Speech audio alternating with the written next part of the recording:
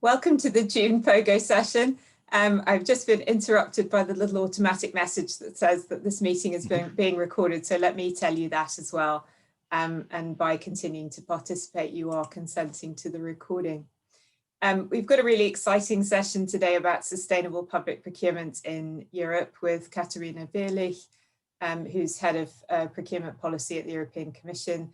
And today's session is going to be chaired by Stéphane Saussier, who's Professor of Economics at the Sorbonne Business School. Stéphane has been instrumental in putting today's session together, so big thanks to him. And I'm going to hand over to him now to set the agenda for this session and introduce our speaker and the panel. So over to you, Stéphane, the floor is yours. Thank you, Han. Good evening or good afternoon, everybody. It's a pleasure to co-chair this POGO webinar tonight.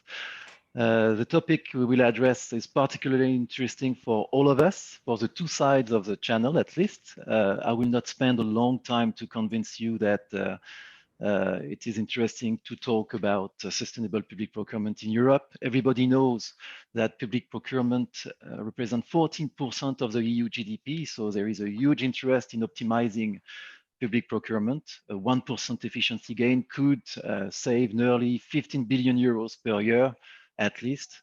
And at the same time, because of those big numbers and in order to maximize impact, the European Commission is pushing for using public procurement to follow other goals, such as environmental goals, social and innovative objectives also. And this is part of the European Green Deal that has been placed by the President of the European Commission, Ursula von der Leyen, on her political agenda. The European Commission just released two guides about this, one concerning the way to take into account social consideration in public procurement, the Buying Social Guide. This is a second edition, but if I am right, the first edition was 10 years old, so it has been released 1 month ago. And one guide concerning innovation procurement 1 week ago. So we thought it was the right time to organize this webinar and to discuss about the EU strategy for public procurement. And we've got to do this, a fantastic panel tonight. And first, we've got the best possible speaker on this topic, Katharina Knapton-Vierlich, that is the head of the public procurement unit at DG GROW, and she's probably the most qualified to talk about the EU strategy on sustainable public procurement. Thank you very much, Katharina, to be here this afternoon. And I would like also to thank our 4 discussants. We will have first Mara Heroldi. So everybody knows about Mara. She's the director of the Government Outcomes Lab here at the Blavatnik School of Government. And she is a specialist of social impact bonds. Willem Janssen, he is an assistant professor in public economics law at Utrecht University Law School. He's a specialist of European and Dutch public procurement laws. Karin Staropoli, she's a professor of economics at Paris School of Economics. She's a specialist of public procurement issue, and more especially, she's a specialist on green public procurement. And finally, we will have Karolis Granikas. He is a senior program manager for Europe at Open Contracting Partnership, and he is also a member of the multi-stakeholders expert group on e-procurement at the European Commission. So tonight, I will be the timekeeper. Katharina, you will have between 10 to 15 minutes to introduce the topic, let's say. And then there will be 5 minutes for each discussant. And I hope like this that we will secure at least 20 minutes for question and answer at the end of the seminar. So thank you very much. Katharina, the floor is yours. Thank you very much for this introduction. Overselling the risks, possibly underperforming, so don't believe anything that Stéphane said. I'm very happy to be here. I'm very happy to build a bridge over the channel, if not from England to Northern Ireland, then at least from France to England. And I look forward to a very interesting discussion where I'm happy to introduce the European Commission's procurement policy on procurement, and especially on sustainable and strategic procurement.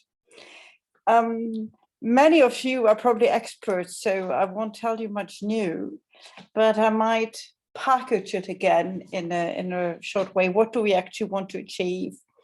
And how do we try to achieve that? And the first point I want to make is that we really perceive public procurement today as a means to facilitate private investment and thereby boost our economy and help our economy in the green transition. So it's really part of an investment mindset. We are really finalizing that shift from, if you've been working for procurement for a longer time, and if you might be a lawyer like my origin is, we used to look at procurement from a very legal point of view, not really caring about the outcomes and not really caring about policy objectives of any kind. And that has massively changed. We've really pushed the boundaries of procurement policy in the last years. And so you will see from us mostly policy and way less legal, because we believe, to start with, that we are operating on the basis of a legal framework that's absolutely fit for purpose, that is flexible and allows public buyers, public authorities and policymakers to pursue effectively all the important policy objectives that they do want to pursue, and thereby also ensuring really what they are for if they provide public services to ensure citizens' welfare. So we're really operating at the boundaries between an economic investment mindset and the rationale behind providing services to citizens and thereby furthering everybody's lot. At the moment, we are faced with two, well, obviously all know that, but it's worth recording all the time, we might forget, with two major crises, one being the one that keeps most of us inside and not at big pub tables together, at least almost inside, and the other one that we face in the climate crisis, and in the really obligation that we have to change immensely how we procure and how we live, for which probably many people are not ready. As procurement policymakers, we should at least provide the opportunity to do the right thing. And I think that's what our legal framework does. It allows us to really make the transformative power of procurement play. So we have to play the full part in the green and digital transition, but in order to do that, we also have to be driving disruptive innovation. We cannot just buy pens and paper as we always did, or bigger things as we always did, infrastructure. We really have to make sure that everything we do is capable of contributing to the green transition and to averting the climate crisis. And as public authorities, those that we advise, have a huge potential to actually shape efficient markets to boost the resilience of our economy. And that also leads us to defending the international level playing field. We all want to play according to at least comparable rules that allow us all to compete on a similar basis. In practice, that means that we are not working with legislation, we are working with policy documents. We provide guidance, just been shared in the chat to all those who don't know them. The social procurement guidance, long in the making, long in the translation, long in the publishing, but fortunately, nothing that, excuse me, does that have to be now? I'm sorry. We inhabit a loft, which basically has everything on one plan. So kitchen and my office and our living quarters are all together.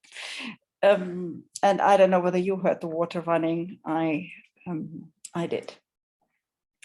So, finding back my train of thought and of speech, we see ourselves as actually mostly as facilitators, as bringing together all the stakeholders in the procurement process.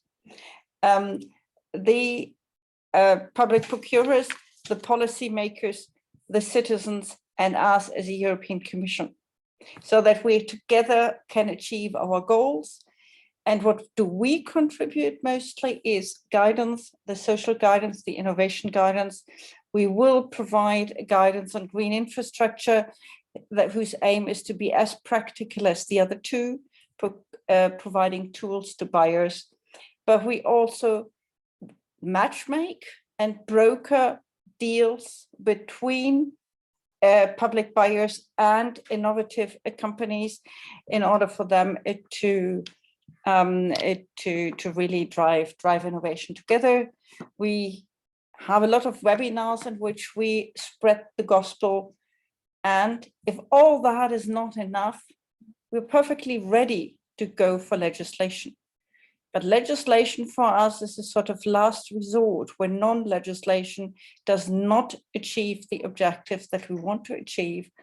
And we want to target it in the sectors where we can have the biggest impact.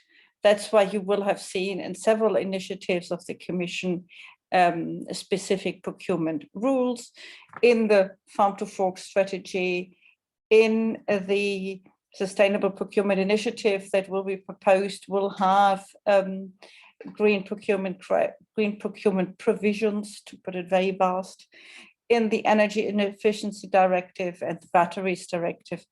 Or everywhere where it makes sense, we want to integrate these considerations to allow for better buying and policy making. Being in such a debate, I should probably have come up with 3 theses to discuss. That actually comes to my mind exactly now. So for the moment, I will refrain from coming up with, let's come up with 3 theses. First, the European Union has a legal framework that's fit for purpose to drive innovation and the fight against climate change. Second, the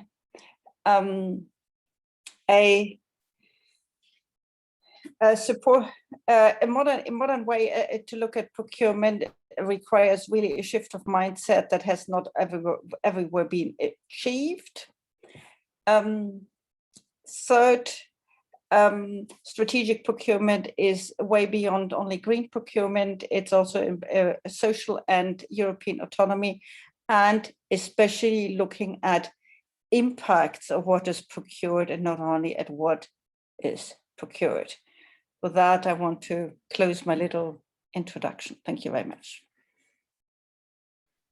Thank you very much, Katharina, for this short introduction. I will let the first discussant to react, and that is Mara Heroldi, that will probably talk about social objectives first. It's part of the, I don't know. About what I thought about talking. So I want to thank you, Katharina, for your provocation. I think the work you're doing is very exciting. Although you say this is really an investment mindset, which we are familiar with, working, especially like studying social impact bonds. We do work with the investment mindset, so it's a familiar logic.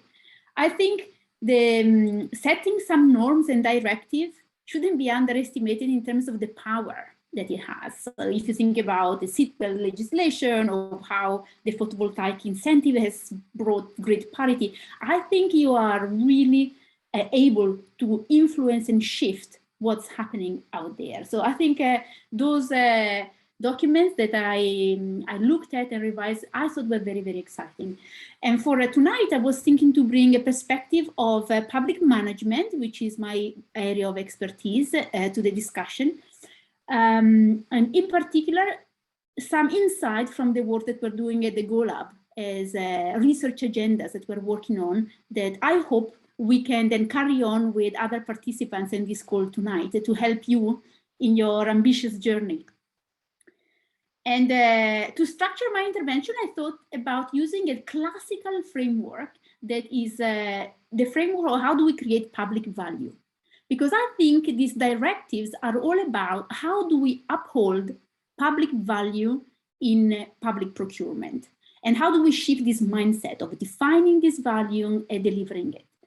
And there is an old framework that was proposed by Professor Michael Moore that said there are three, is a public value triangle. And so there are three cornerstones. One, these are all about what is the role of the public manager in facilitating this function of upholding public value. And the public manager has been described as a sort of explorer that has been commissioned to look for social value in a conscientious and a public accountable way. But it's not perfect, but this is what we would expect for our, from our public procurement system. And the three cornerstones are: one, we need to be able to define what public value is. So what does good look like? And in the document that you have that are available, you can see how we can define what is socially responsible procurement. There are social clauses, there are green requirements. So there is a portfolio of ways in which we can define public value. Two, we need to build legitimacy, which is the advocacy and negotiation. In some sectors in public management is about managing the civil service and the politicians, but there is a lot of work that happens in setting and negotiating clauses in these contracts. And part of this, in the documents that you prepared, you talk about leading the way. So buying social and buying green is a way in which in the EU we will lead the way to change the mindset and how the market operates. And there is a lot of building legitimacy. You need to have buy-in for the ecosystem player to play along these logics.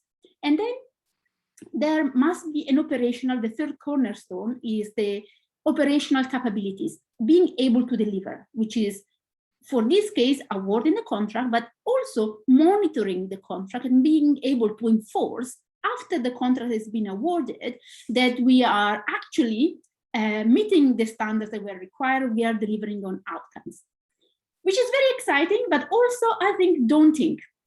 So we are asking a lot from the public procurement system, which shouldn't put us off, but I think puts us on an exciting journey to work together in building these capabilities. And from the experience that we have at the Go Lab, I just want to share some of the things that we learned, just some highlights, and then some research agenda that is being led by some colleagues at the Go Lab, in particular, Professor Ann Davies, Rory McDonald, and Elle Carter at the Go Lab. One, on the first cornerstone, how do we define public value? There is a technical aspects like which clauses, which metrics, but there is also a democratic aspect. So who decides which clauses matters and how do we bring voice to bear in this negotiation? There is some research and not much has been done. When we look at social impact bond, there is this claim that we want to deliver the outcome that program participants care about. But if we look how much voice they have in this contract, there is a long way to go. So how can we uphold this voice? How do we do the before the fact consultation and not just the after the fact accountability? So how do we do that?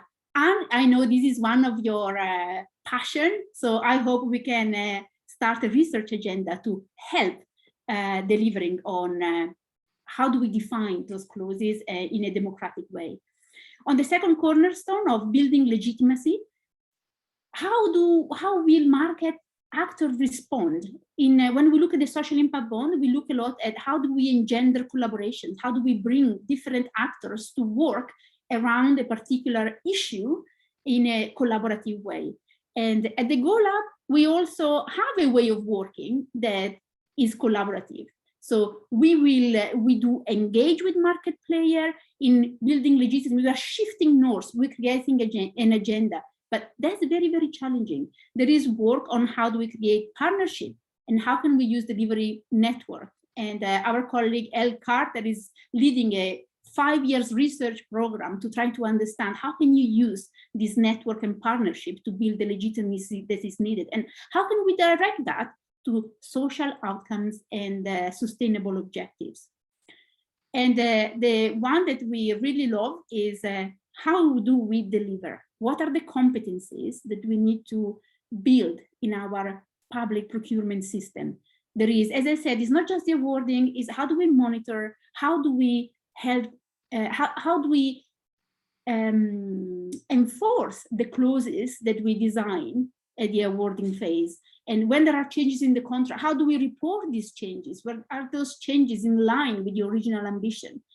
So there is reporting information being open of what are the clauses, being able to read these clauses and how they change will be a fundamental part of our learning agenda and our capacity building. So I know we have on the call colleagues who look at open contracting standards. Those needs to be embedded. And I just want to conclude, because I think I'm using more than my allocated time, to say that I think the guidelines that you are that you've been setting in these documents are very ambitious, but they set a very clear path on how to put social environmental outcomes at the center. We need to build the capabilities. We need to have access to data information to create the learning. And I look forward to contributing to this learning agenda with you and other colleagues on the call. Thank you very much, Mara. Right on time. Don't worry. In addition of what you said, you've got also in those guides best practices that are developed and put forward to give some examples of what can be done more practically. Let's move to the second discussant, that is Willem. Willem Jensen, the floor is yours for 5 minutes. I don't see you on my screen because there are too many people right now. But... Thank you so much for the floor, Stefan. It's a pleasure to be here today. So thank you for the invite. I work as an associate professor at the Center for Public Procurement at Utrecht University, and I am perhaps unfortunately a legal scholar. So I'll focus most of my remarks on the legal aspects of the law, and particularly of social public procurement, of course. I focus on the EU wide in my research, but I also pay attention to Dutch practices simply because that is where I'm located at the moment. I'll focus my remarks on the Buying Social guide, and I'd like to start with some positive remarks, some positive thoughts. And particularly, I see two benefits of this guide and also the previous one when I talk to contracting authorities and market parties in the Netherlands. They're mostly used as well to overcome internal discussions, which was something that was surprising to me when discussions take place with internal budget holders, who still tend to favor lowest price because that is simply their task, perhaps. But also discussions with the market to highlight, yes, this is legally possible, and perhaps also used by market parties, on the other hand, that have far more innovative social solutions than are currently being asked by contracting authorities. So that's one side of it. It's a leitmotif to start that discussion, I think. But also, and it was briefly mentioned just then, is the knowledge sharing, these front runners that are mentioned. I think that's very valuable because it seems to motivate these Dutch contracting authorities to take the same route. Now, it's unfortunate that we're still talking about front runners, whereas it would be nice to have this being a mainstream development, I suppose. But I think that's the second major benefit of such a guide. But like I said, I wouldn't be a lawyer without also questioning the legal approach in general in Europe when it comes to social public procurement, but also I think the same goes for sustainable public procurement, taking them together, because I think one of the issues that we're currently facing is that there's a very low uptake of such types of procurement EU-wide, the Netherlands included, even though the general picture often is that the Netherlands is one of the, to talk about front runners again, there's still a lot of work to be done there as well.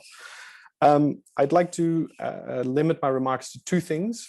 One, and I think that challenges the second hypothesis of our dear speaker today, obstacles in the current legislative framework, in the directive, in the classic directive in particular.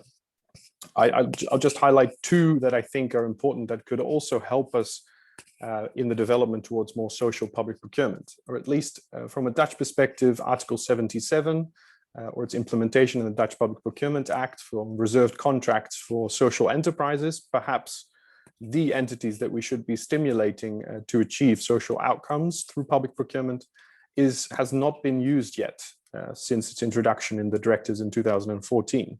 And this is mostly the case because of the strict requirements that are currently imposed, particularly, and this is where most Dutch social enterprises struggle, on the structure of the management and the requirement that it should be based on participatory principles or on employee ownership. Right? So this is quite a strict requirement, which up until now has not led to any use of such reserved procedures.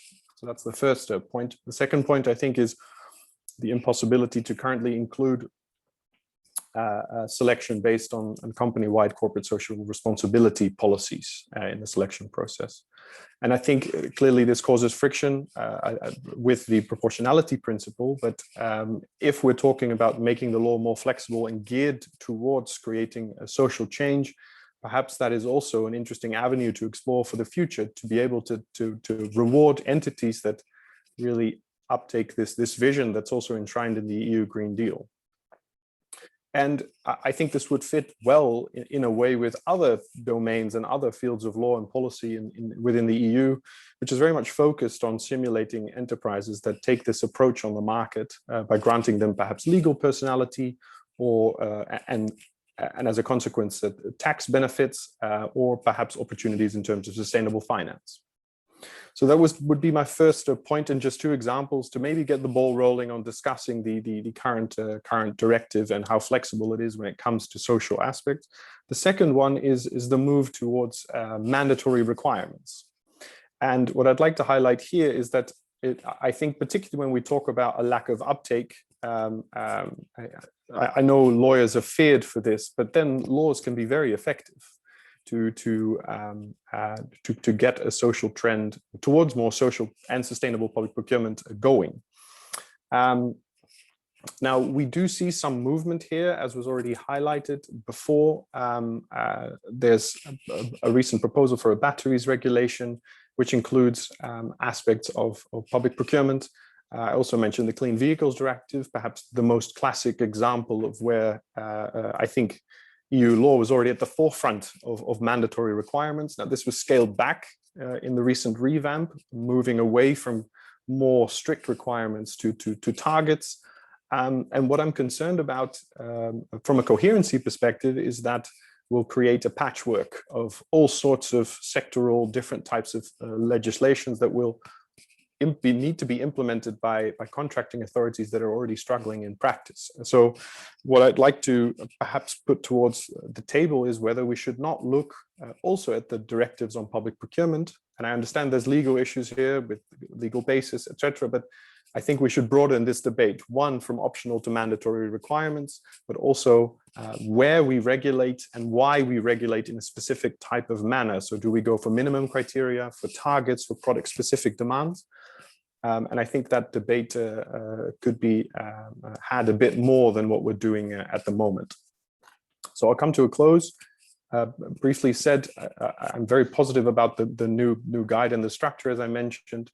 But I do think in terms of the law, it is worth considering the directive in a broad sense, but also in terms of social considerations, and perhaps to even consider creating a bit more of focus in how we move from optional to mandatory requirements. And I'll leave it at that, Stefan. Thank you very much, Willem, for this discussion. We will move to the third discussant, that is Karin Staropoli. She is an economist, so she might resonate, and she might come back on one of your proposition or not critique, but remark concerning the fact that it is very difficult to take into account the reputation, the corporate social responsibility of companies that are involved in public procurement with European directives. I believe that economists studied this for a long time. They push for taking into account the reputation of of the suppliers, and they developed some ways to avoid to bias competition and to not to exclude SMEs or companies that are non-experienced in this type of selection process based on reputation. I don't know, Karine, what you will say, so maybe I'm talking too much. Karine, where are you? The floor is yours.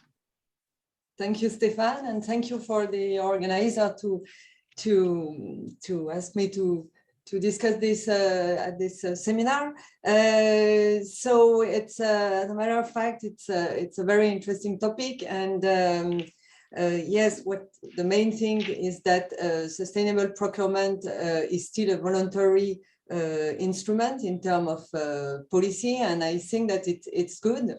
And because as an instrument, and Stéphane and Jean-Tirole have written on that, we know that it's maybe not the most efficient instrument to have an environmental policy or a sustainable policy. So that's a question that economists really want to tackle, and it's the question that needs to be answered for the moment. But still, this the guide that has been published is a good news, because what has been shown by economists is that one of the main obstacles to the sustainable procurement uptake or green public procurement, because I'm mostly focused in my research on green public procurement uptake, is the fact that public buyers are not aware of how to buy green or how to buy sustainable. It's very complex. You mentioned already why it's complex, and everything that can help them to implement that in practice is clearly useful to drive this GPP or this sustainable procurement uptake. So this is a very good news, and I think that this guide is made a lot of progress. Still, one of the other obstacles is the level of transaction cost, and with this respect, I really would like to know whether so we know that transaction cost of the procedure itself, I'm talking about not about the fact that sustainable product work or services are more expensive, or green public good work or services are more expensive, but the process itself of buying green or buying sustainable. And there are many reasons why this raises transaction cost.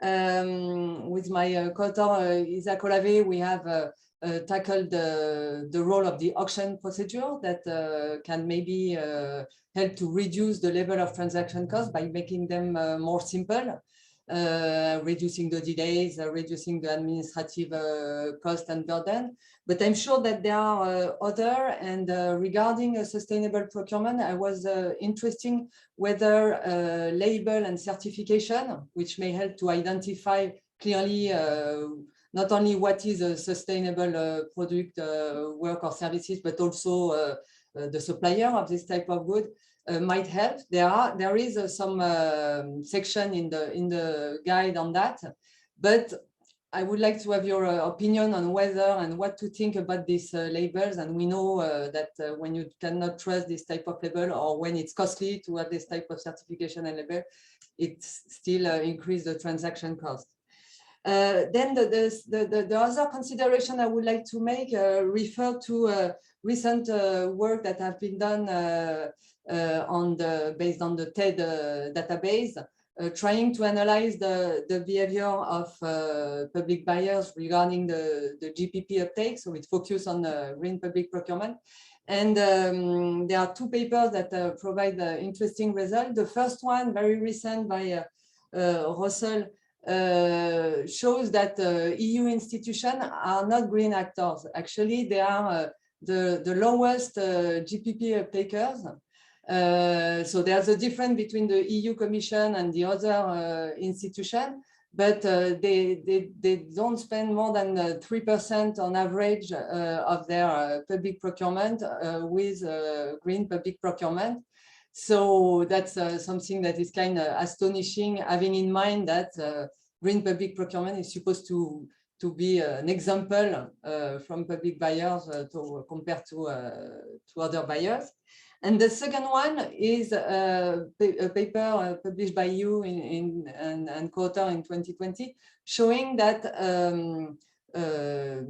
the contract or the project that are financed by EU Commission decrease the probability to uptake GPP.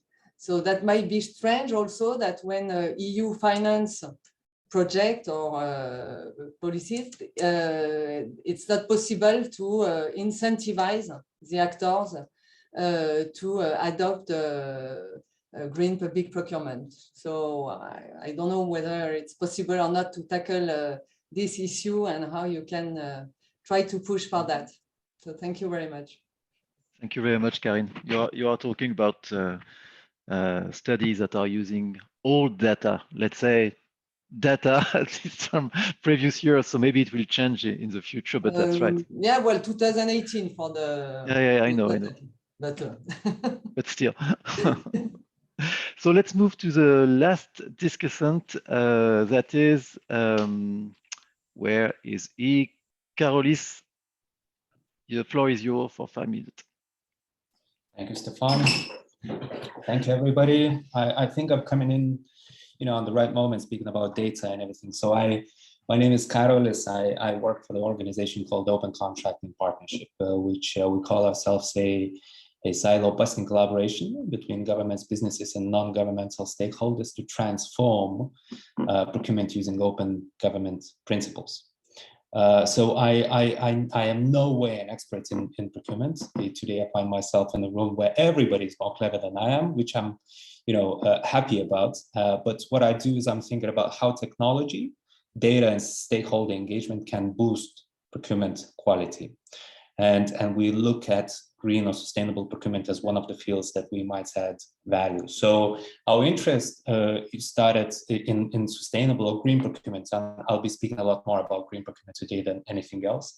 Started last year when we realized that procurement has been moving from digital to smart, but lately having the Green Deal on the table, the next big shift is, of course, sustainable procurement by default. And the big question for us is, where do we step in with data, technology, and stakeholder engagement? So we've been wrestling with that question, and the question, how can these things help that green transition? So I've started with the Green Deal, of course, and I saw a massive ambition there, but being used to data-driven thinking, I was also surprised to see no tangible ways to actually measure the progress.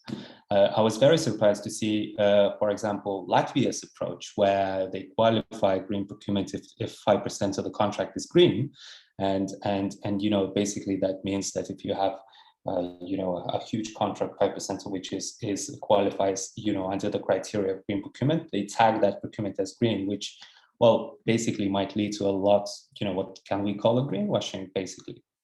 So I've started talking with those who should know better. So I've approached the DG Environment, the commissioners in Kavicius team, and I had a conversation with them. I said, well, how do you qualify? Is there a EU-wide approach on qualifying, operationalizing, and measuring green procurement? And there was none, as you might know. And I've started digging deeper, had a conversation with Mr. Sadauskas, who leads Green Growth department at DG Environment. There were no answers there too, and I've started speaking with professionals at the European Commission, and we slowly saw there's a huge gap in understanding. I thought, okay, well, if there was no guidance from the Commission, what do countries do? I heard about great examples from the Netherlands that 100% of their procurement apparently is already green. And they are doing a master, level measuring on impact assessment, because on the operational level, they already have 100% of green procurement. So that's great, I thought. And, in one of the reports of PricewaterhouseCoopers, that was, I found that sentence. So I've started digging deeper with the Dutch. And I realized that, okay, well, those reports sound great, but I struggle to actually see the tangible methodologies of how they do it. So I didn't come across one. And of course, the matter is not as simple, it's super complex, and it's mostly on the institutional level that those methodologies exist. but I struggled to find one. And I remember a conversation with the Lithuanian governments who said that their practices are on the edge of embarrassment. You know, we should start very slow, they said, and quiet, because we don't want to show what we have here. You know, now they have in 2 years 100% green procurement targets, and they are now with 3% of procurement. The question is how you're going to do it and how you're going to measure what you do, right? And we are, you know, the fact that they don't have these answers is not really a problem. So we have a project open with them, and we'll try to look for these answers together. No surprise that experts such as ICLEI or, you know, European Environmental Bureau, I didn't have a lot of experience with data-driven sort of measuring of green procurement uptake either. So that's not such great news for the field, but that might be good news for us, because that's where we as open contracting partnership can step in with sort of open data approaches and helping you know, create guidance that would help us understand how do you, first of all, qualify using data automatically green procurement. How do you capture that data? How do you create these methodologies? How do you track on the institutional, local, municipal, national level the uptake of green or sustainable procurement? And how does that feed into the Green Deal progress? So the most tangible contribution of ours is coming out very soon.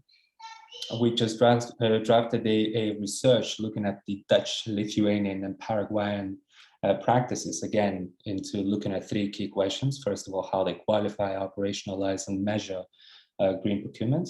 And we already see that good data, good open data, technology, stakeholder engagement can help on both strategic and tactical levels. So on strategic level, they can help set green procurement targets, so sustainable procurement for that matter targets, and help track them. On a tactical level, we are looking at different phases. So for example, starting with needs assessment phase, market engagement phase, supplier selection and exclusion, the award stage, contract management phase. We want to understand how data coming out from e-procurement systems can help contracting agencies make better decisions in these 5 stages. We are kind of, you know, we have a hunch for a number of benefits potentially using, you know, fusing data in this field. And first of all, that is, of course, increasing value for money, especially on the institutional efficiency side. We see that there might be a potential for more involved users of sustainable public services. We see that we might be able to help verify suppliers' ability to provide green value, you know, looking at their track record. We see that we might be able to help with good data, you know, on sustainable performance during contracts, because it doesn't finish with the contract. Implementation and impact assessment is also very, very important. The question is what data is needed and how. We're thinking with the Lithuanian government right now, how to design an e-government procurement system that would guide contracting agencies into more sustainable and green solutions as well, without them even thinking about it.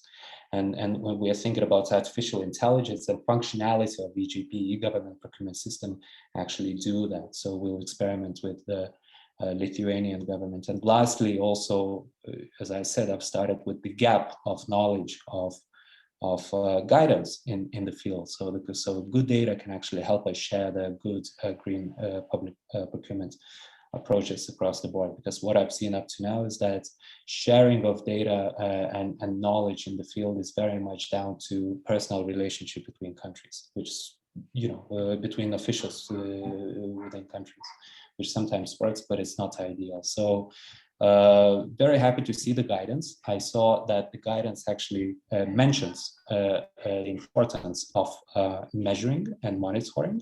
It has a great example, a great sort of hint towards the mindset and thinking of it, but definitely something to build on as well. And hopefully I'll also might follow up with Katharina to see if we can have a conversation of how social partners can also be useful in actually helping you push the knowledge agenda forward with that. So I'll stop here. Thank you very much. Thank you very much. So we are right on time. We've got 20 minutes to discuss with the floor, with the people that are connected, with the 70 plus people that are connected. Katharina, I don't know if you want to react in briefly about the different things that have been said during the discussion, and then I will let Anne taking care of the discussion part of the webinar today. So Katharina, if you want to react quickly. What I found fascinating is the different aspects and angles from which all the kind of discussants came, from how to create, how to define that triangle, from the more legal approach, from the more open data approach, and from a more economic approach. And I think bringing that all together actually shows the whole complexity of talking about effective and efficient procurement at all. And with this, I would love to give back to you. I don't want to single out any one of the things I could say something to and start a discussion. Fantastic. Thank you, Katharina. If you would like to ask a question, please raise your hand electronically or type something in the chat or wave at me. Though there are lots of screens, so it may be that I won't see you, but I am seeing Nicholas. So over to you. Thank you, Anne. And thank you, Katharina, and the discussants. I think you brought really interesting topics, and I have kind of a question and a comment on how ready are European institutions, and especially in the subnational sector, to deal with these topics. I think from the legislation, I would say that, of course, they are using European directives and transposing them into their own legislation. But in regards to institutions and market practices, I think we saw that when there was a MAPS assessment carried out in Norway dealing with sustainable procurement, that even there were some gaps identified and some things that they could develop more. So I'm just wondering how are you taking into account that within the EU of understanding that different variety of institutions, and as said, especially in the subnational sector, and trying to assess really their level of readiness to implement these tools.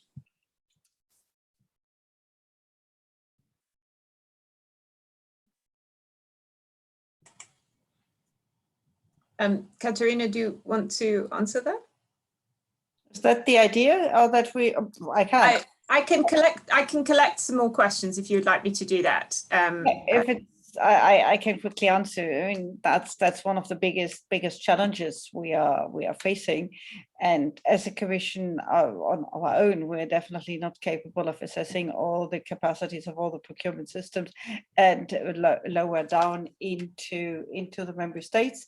We work. It is a job also of our colleagues in other DGs, especially those in DG Regio who spend a lot of money, who give a lot of money to the member states to spend, and normally, I'm sure you're very well aware of it, have conditionalities and how to what that are prerequisite to actually receiving and spending the funds.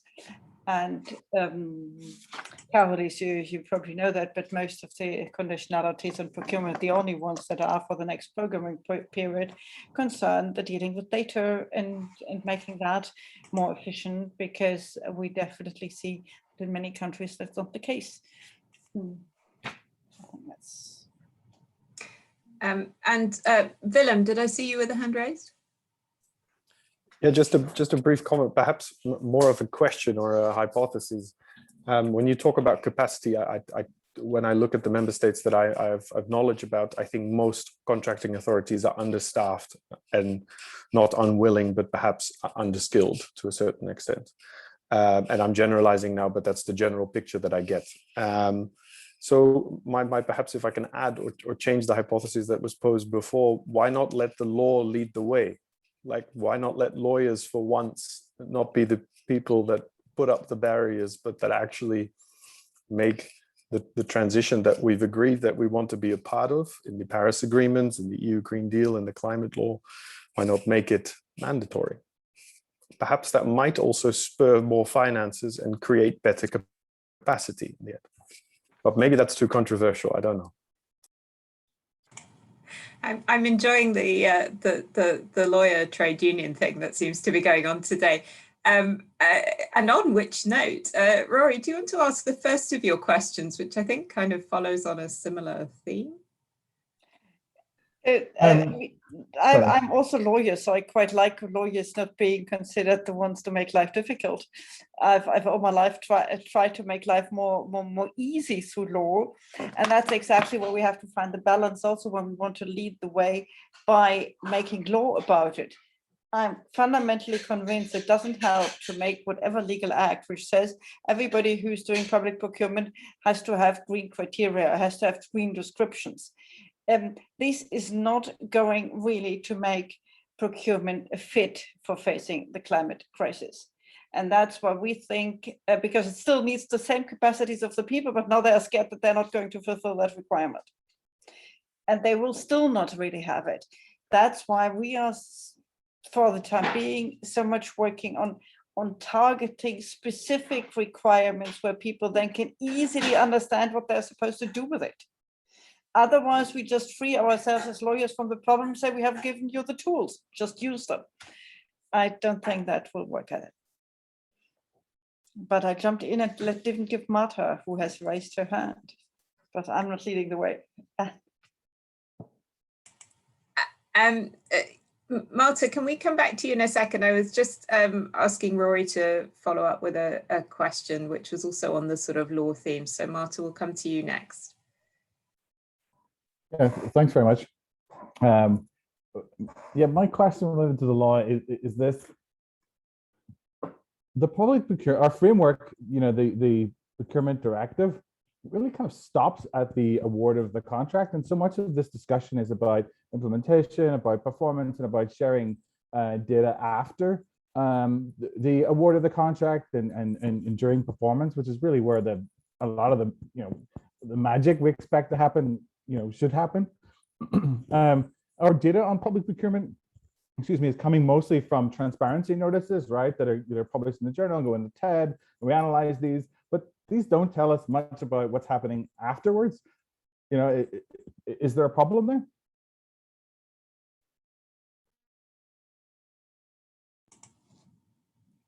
Katharina, do you want to answer that, or shall I collect a couple? To a certain extent, there is a problem there. To another extent, that's really mostly part of the contract that are signed. Generally, contracts under civil law, and for civil law, we do not have the capacity to replace all the civil law systems of the EU or centralize them. Even the remaining 27 member states wouldn't like to do that. Fantastic, thank you. Marta, did you want to come in? Thank you so much. My name is Mara. I'm associate professor also in public procurement law. So just to try to scope it a little bit broader than the legal discussion, and to build actually on Rory's point, I think that to a certain extent there is an acknowledgement that there is an issue in the management phase, because that's also why we had with the new directives, this new provision on how we modify contracts, right? So I think that we start to also from regulatory perspective, look at that aspect, what happens after the award, acknowledging that there is a need for procurement to somehow speak also to that stage. But I think that if we would want to break it down, there's also an issue that we have a yearly budgets, right? And the all know December buying, when there is just some funds that needs to be spent. So I think systematically, as one of our participants also pointed out, systematically procurement is not very dynamic and problematic. But what I would be particularly interested to hearing from our economist colleagues is also what is the view in context of the research and the practices that are being carried through when it comes to the actual efficiency of this solution? Because from a regulatory perspective, the comments that comes very often is, well, but we don't really know whether this is actually giving us savings, whether this is actually achieving all these goals or not. And I think that this is particularly the area of research that we as lawyers are not really able to carry through. And that's where we particularly need help from our colleagues from different disciplines.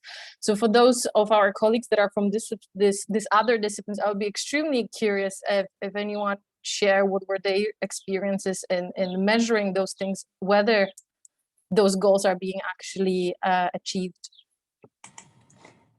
Fantastic, thank you for that question, which I think also picks up on a little debate that was going on in the chat earlier on in the seminar.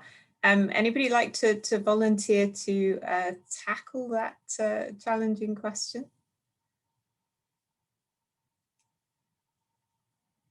Stefan, I feel it's the finger is pointing at you, really. I think that Stefan has a word to say on that. Karine is a specialist on this issue.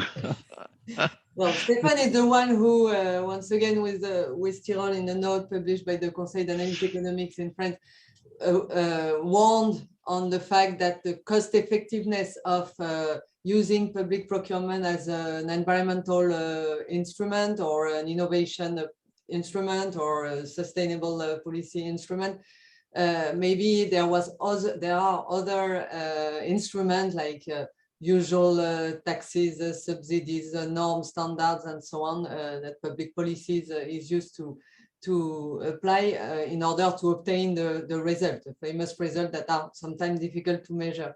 So what is true, taking that into account, is that measuring the cost effectiveness of green public procurement, for example, is very difficult because usually we don't have the benchmark. I mean, it's difficult to measure how much it would cost without this green aspect, and so the counterfactual is very difficult to measure. So that's why for the moment, since we don't have this type of data that can allow us to do proper measurement, what we usually do is more to measure to tackle the question of the determinant of the GPP uptake, for example, or try to measure the efficiency of the procedure per se, but with the difficulty of being able to measure the real cost effectiveness. There are some attempts, but it's very difficult to have the proper data for the moment. Maybe just to add few words about what has been said. As soon as you are looking for new objectives, it is just as if you were increasing the constraint for public procurers. So you are not looking only for efficiency, but you are looking for environmental objectives or social objectives. And as has been said several times, and everybody knows that, obviously, I mean, public capacities are quite limited. So it's already very difficult to procure efficiently without secondary objectives, let's say, to be able to organize competition, call for bids, to think about the contracts and to make it executed. That if you add some constraint, you might think that it will increase cost for sure. And I don't know about the objectives, if they will be reached at the end, but it will increase cost. But this is not so obvious, because sometimes when you change the way you procure and the criteria you will use in order to select bidders, let's say, you might also increase competition, because it might change the rules of the game. You might have some markets where you've got some cartels with big companies that are winning without any effort. And as soon as you change the criteria, you might make newcomers enter the game, and you might make it more difficult for big companies to win those contracts. Or it might be the reverse. So we know very few about this. In Paris, we made a big study on this, looking at the way the city of Paris procure their work contract. And the city of Paris is very well known to be one of the leaders. At least they are communicating a lot on this, using social clauses. So on a specific case, including social clauses in work contract. And what we did is that we collected their contracts and looking at more than 400 contracts, some of them with social clauses and some of them without social clauses for the same kind of works. We look at the impact on the number of bidders, the final cost for the city, the cost of procurement for the city. And what we find out is that there were no differences until you select the bidder and you start the contract. But we have no information about contract enforcement, renegotiation, contract modification, and so on. That is quite difficult to have. Fantastic. Thank you very much indeed. We're reaching the end of our time. So I'm really sorry to those of you who haven't been able to bring in. There's been some great discussion going on in the chat, and there were a number of people I wanted to cause to speak, but it's not going to be possible to do that. But thank you for your contributions in the chat. Katharina, is there anything that you would like to say by way of closing the discussion? I would like to thank you all for the wonderful contributions. I've been copying everything that's in the chat into a Word document. So whoever doesn't want that to be there, because there's been indeed a great parallel discussion going on, but it was impossible to follow both of them. And I'm very happy to follow up with whoever I meet next, online or in person, to continue the discussion, because that will help all of us. It will help me, whether it helps you, I don't know. I wish you a wonderful evening. And those who are English, I wish no success. Fantastic. Thank you very much indeed. Thank you to Katharina, to our panelists, to Stefan for putting this together. Rory, did you want to say anything about the Social Outcomes Conference? Well, I think people want to go see the football, right? But I will say, good news, this conversation can continue, and one of the places that it can continue is at the Social Outcomes Conference. So we have a conference in September, and we have 3 sessions related to public procurement. One is around law reform, another is around social outcomes contracts, and the third is around the third is around social value. So this conversation, like I said, can continue, and you're all very welcome to participate.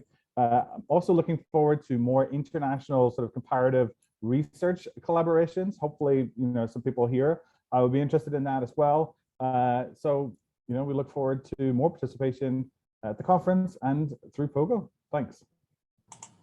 Fantastic. Thank you everyone very much indeed, and enjoy the rest of your evening. Hopefully we'll see you again for the July POGO call, topic to be announced. So watch this space. Thank you very much, everyone.